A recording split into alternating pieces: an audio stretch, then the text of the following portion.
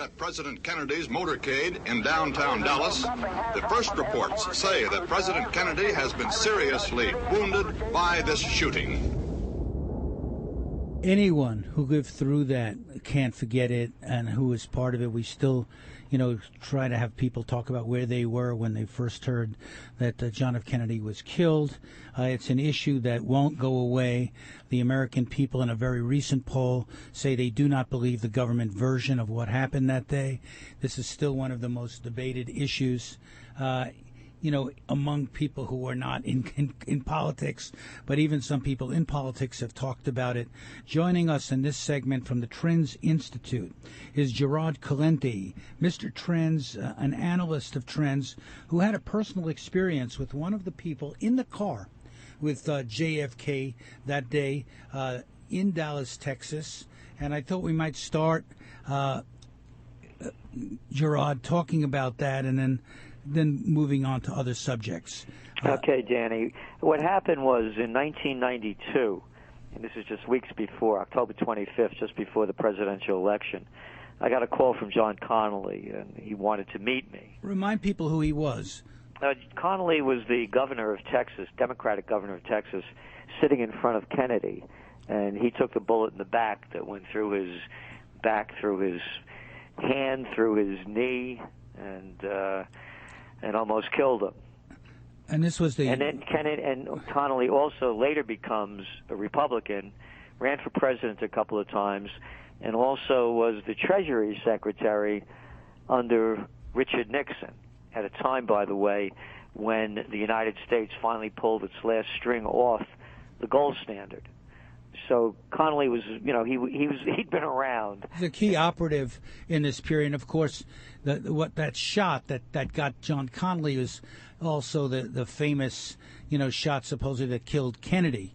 That's why, the idea was that one bullet. Well, yes and no. Not according to the story that Connally told. Okay, and this is what we're interested in. Yeah. Was that, what happened was I had written the book Trend Tracking back in 1989.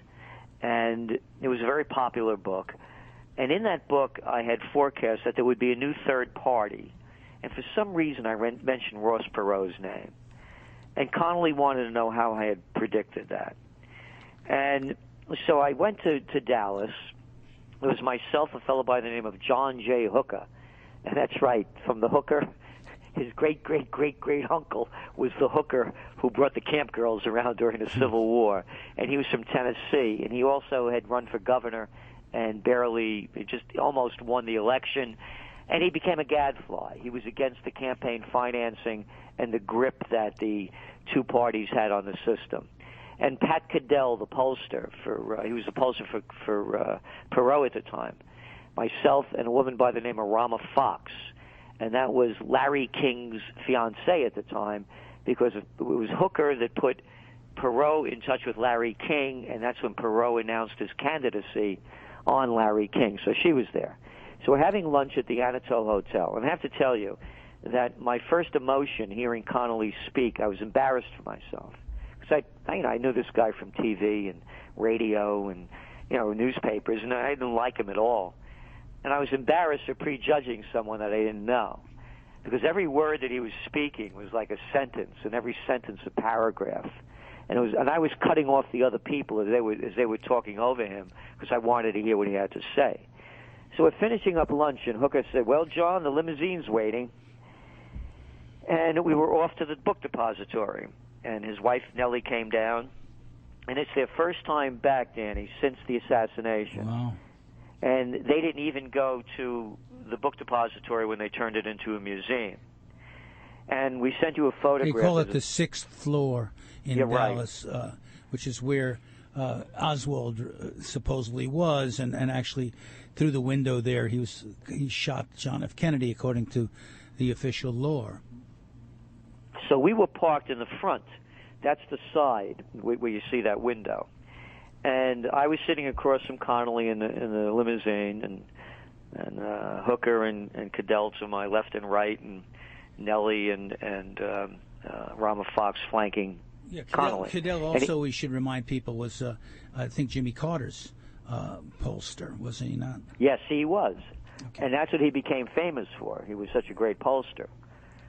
And so Connally starts telling the story what happened that day.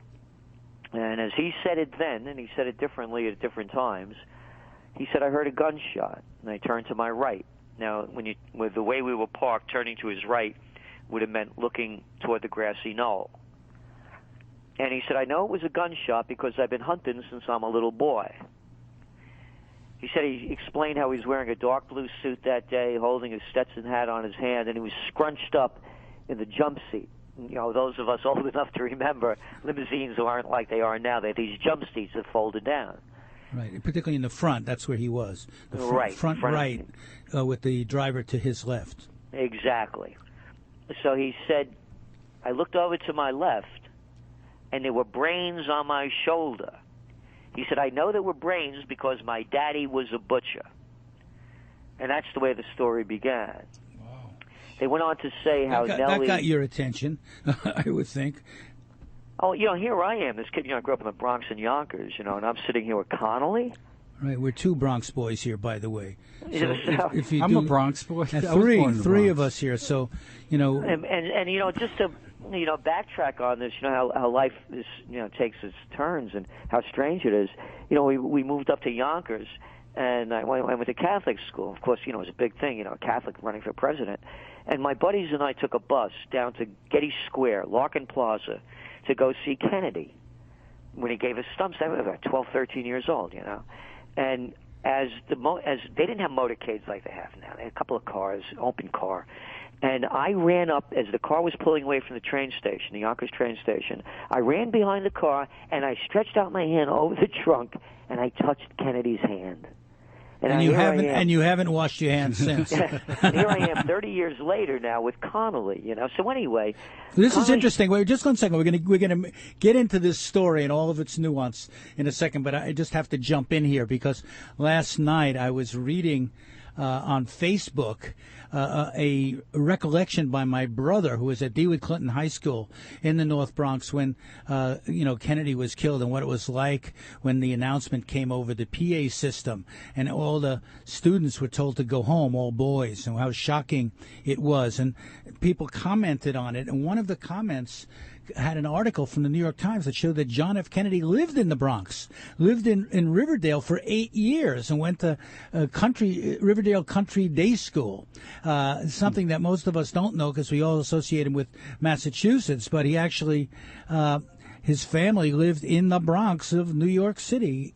Go ahead, well, Riverdale's not the Bronx. All right, go on. Anyway, so he's telling the story. What happened? He said, you know, I felt a pounding on my back, and he put two fists he clenched and his face distorted. He said, went flying forward, and Nellie threw herself on top of him. He said, you know, it took regularly about 20 minutes to get to Parkland. So we got there in about 10, 12 minutes. That's the hospital. Yeah. They just made a movie about it called Parkland. And what happened was, now picture this, he's scrunched up in a jump seat. His hand is on his knee where he's holding his hat. He goes flying forward. The bullet goes ripping through his back, through his lung, through his hand, through his knee. Nellie throws herself on top of him. That's what saved his, as he said it, that's what helped save his life. Because as the motorcade screaming into the Parkland Hospital, there's a doctor that's on break, and he sees this. He goes running down into the emergency room, and this is the doctor that works on Connally. Remember, in the midst of this chaos, he happened to be a thoracic surgeon, and Connally has his wound and his lungs blown out.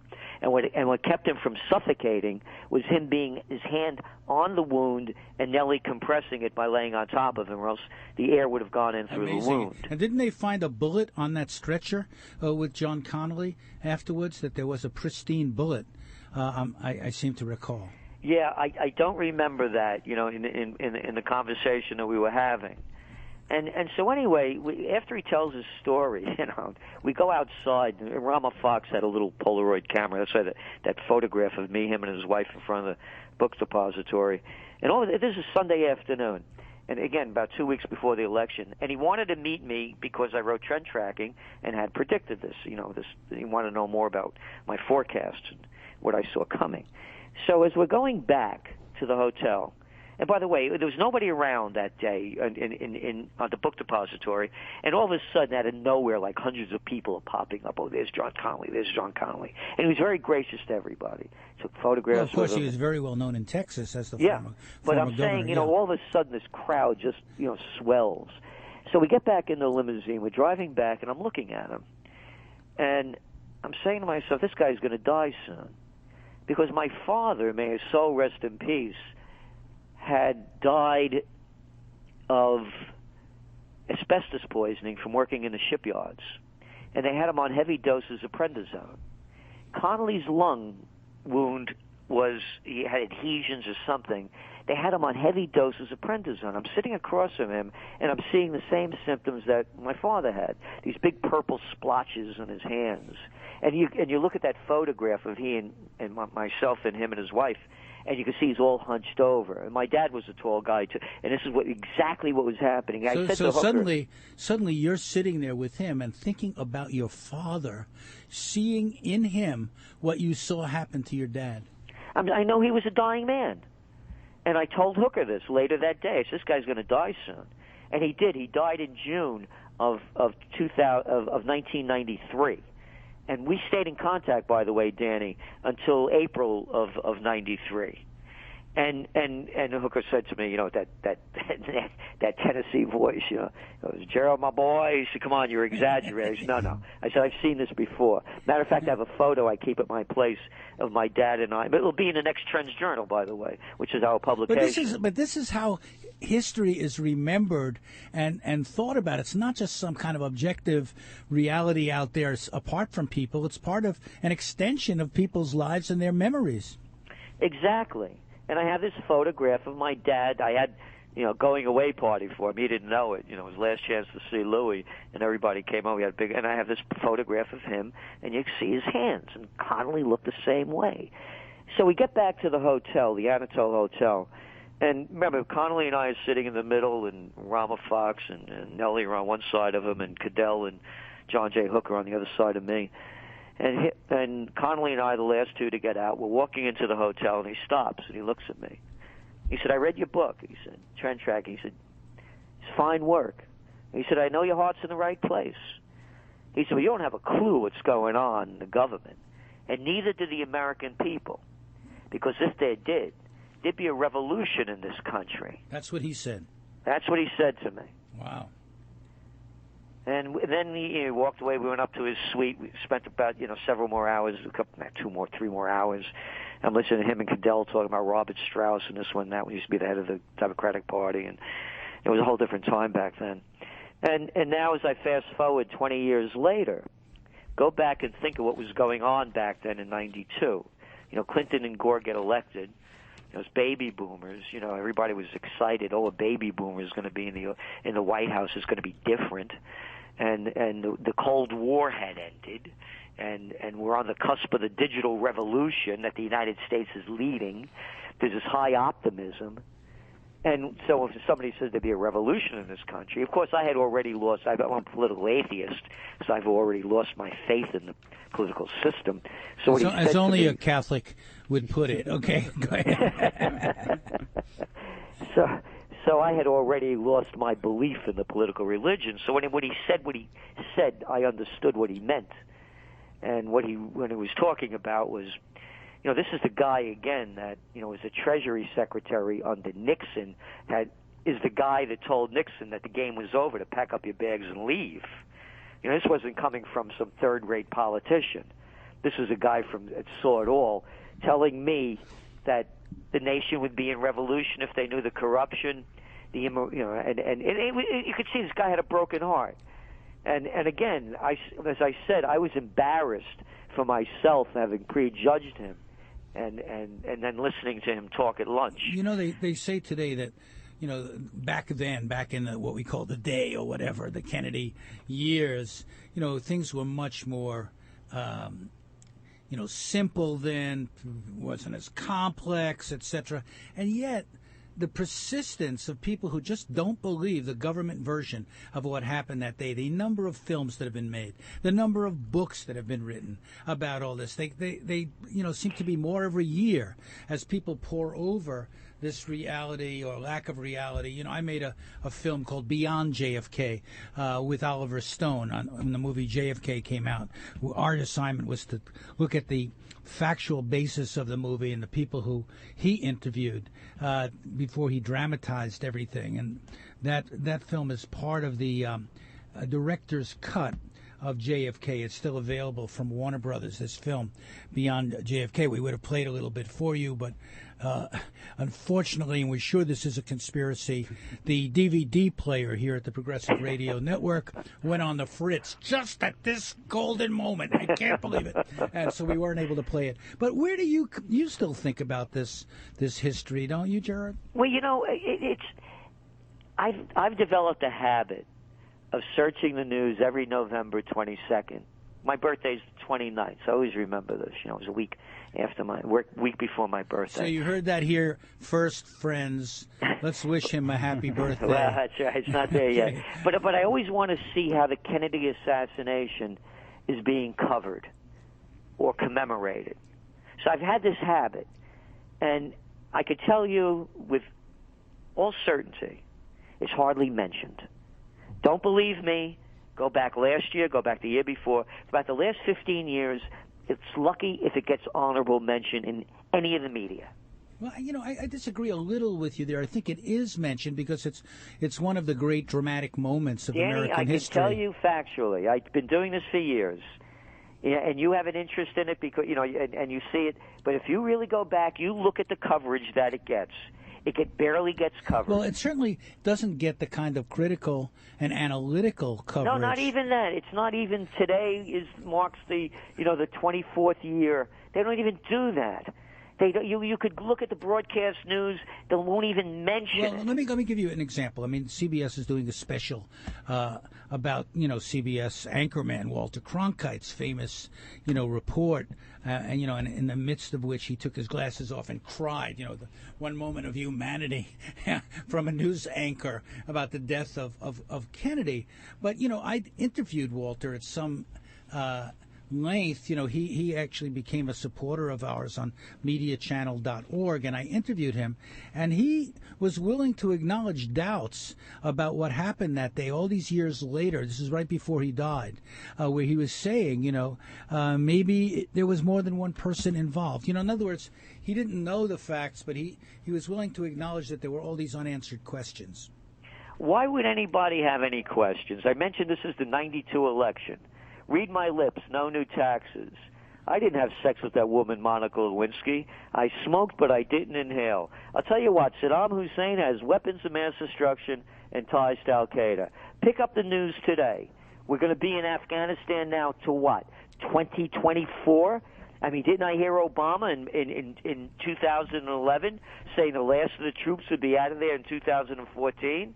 Why would anybody doubt what the government is saying? I don't understand it. I'm shocked. How about the Gulf of Tonkin? Hey, remember the Maine? How many more lies do people have to get hit on the head with before they know, again, what Connally said, if the people knew what was going on in the government, there'd be a revolution in this country. It's in front of our faces. Look at the people who are running the show and have been. You are, really a truth detector. I may be a news dissector, but you're a truth detector. You've been looking ahead at a lot of trends and trying to analyze where things are going. You're not just comfortably reporting what happened yesterday, but you're looking about what's happening tomorrow. And I think that's what, why so many people respect your work and the Trends Institute's work, because you are quiet as it's kept, often more right than wrong. And, it's not because you have divine wisdom, but because you pay attention to detail. And I don't take a side on the issue. It's like when you go to a doctor, you get a diagnosis.